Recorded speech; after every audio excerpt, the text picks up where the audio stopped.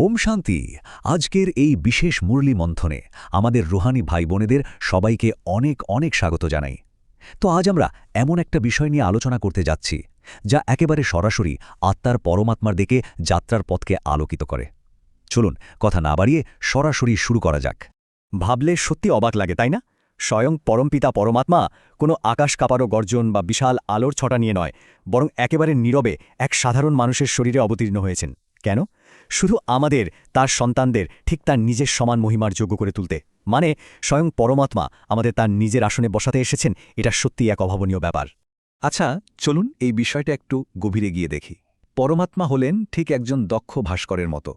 একজন মহান ভাস্কর যেমন অমসৃণ পাথরের বাইরের খসখসে রূপটা দেখেন না, বরং ভেতরে লুকিয়ে থাকা নিখুঁত মূর্তিটাকে দেখেন, ঠিক সেভাবেই পরমপিতা আমাদের ৬৩ জন্মের এই দেহ অভিমান আর দুর্বলতার ভারী স্তরগুলোকে পার করে আমাদের ভেতরের সেই নিখুঁত পবিত্র আত্মাকে দেখতে পান এবং নতুন করে গড়ে তোলেন।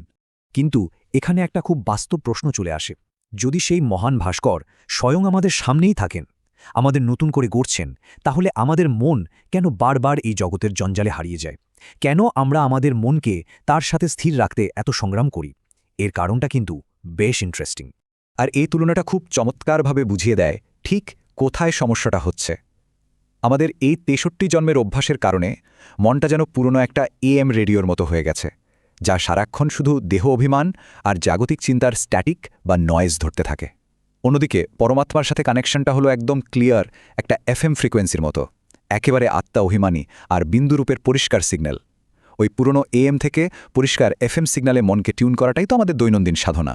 এই ক্লিয়ার কানেকশনটা তৈরি করার জন্য আমাদের পরমাত্মার আসল রূপটা বোঝা খুবই জরুরি। পরমাত্মা কিন্তু কোনো বিশাল আকারের বস্তু বা বিশালাকার লিঙ্গ নন। তিনি হলেন অত্যন্ত সূক্ষ্ম একটি বিন্দু বা জ্যোতিবিন্দু। আর সবচেয়ে মজার বিষয় কি জানেন? আত্মার নিজের রূপও ঠিক একই, একটা ছোট্ট আলোর বিন্দু। এই বিন্দু আত্মার সাথে বিন্দু পরমাত্মার সূক্ষ্ম কানেকশন ঘটাতেই প্রয়োজন হয় গভীর ফোকাস বা একাগ্রতার। অধ্যায় ১, শ্যামসুন্দরের প্রকৃত যাত্রা, আত্মার বিশুদ্ধতার চক্র বোঝা।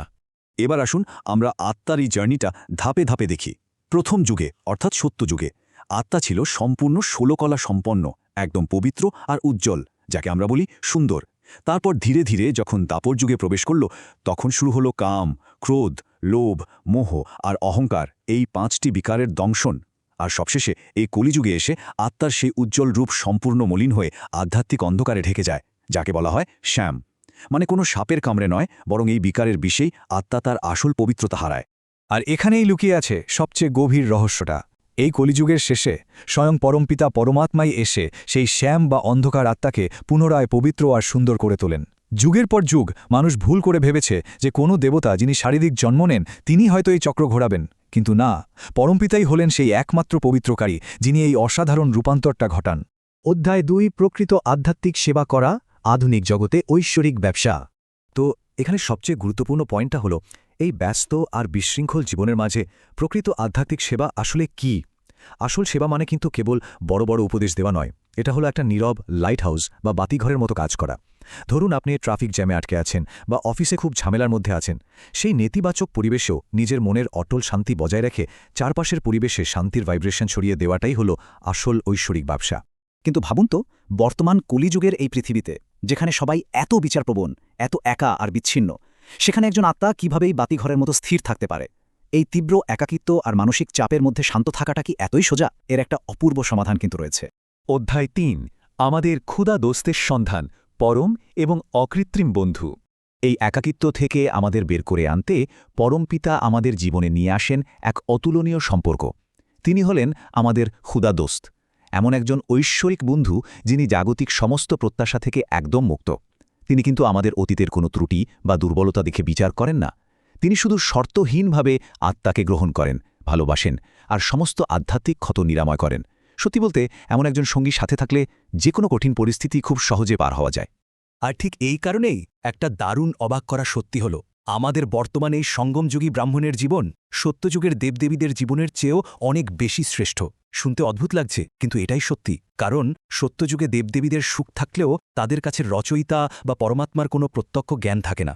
কিন্তু এই সঙ্গম যুগে আমাদের কাছে পরমাত্মার সাথে সরাসরি কানেকশন রয়েছে, পুরো ৫,০০০ বছরের চক্রের নলেজ রয়েছে, আর আমরা স্বয়ং নতুন স্বর্ণালী পৃথিবী গড়ার কাজে ঈশ্বরের অ্যাক্টিভ হেল্পার। এই অনুভূতিটা জাস্ট অতুলনীয়। অধ্যায় 4 এক অটল ফরিস্তা হয়ে ওঠা যাত্রার শেষ পর্যায়। এই যাত্রার একেবারে চূড়ান্ত পর্যায়ে এসে আমরা পৌঁছাই আধ্যাত্মিক বিকাশের সর্বোত্তম স্তরে, আর সেটা হলো এক অটল ফরিস্তা হয়ে ওঠা।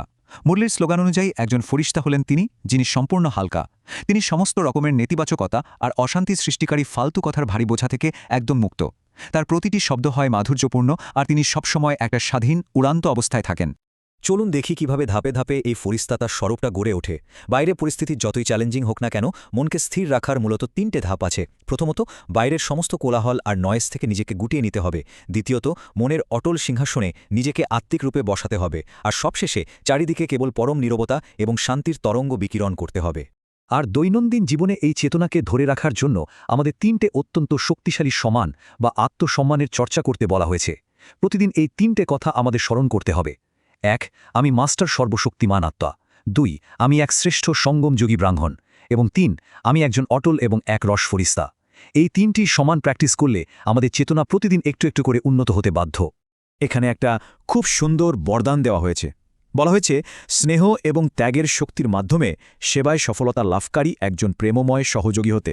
মানে, প্রকৃত আধ্যাত্মিক সফলতার ভিত্তি কিন্তু কোনো অহংকার বা বড় বড় তর্ক নয়। এর মূল ভিত্তিটাই হলো একেবারে নিষ্পাপ আর নিঃস্বার্থ ভালোবাসা।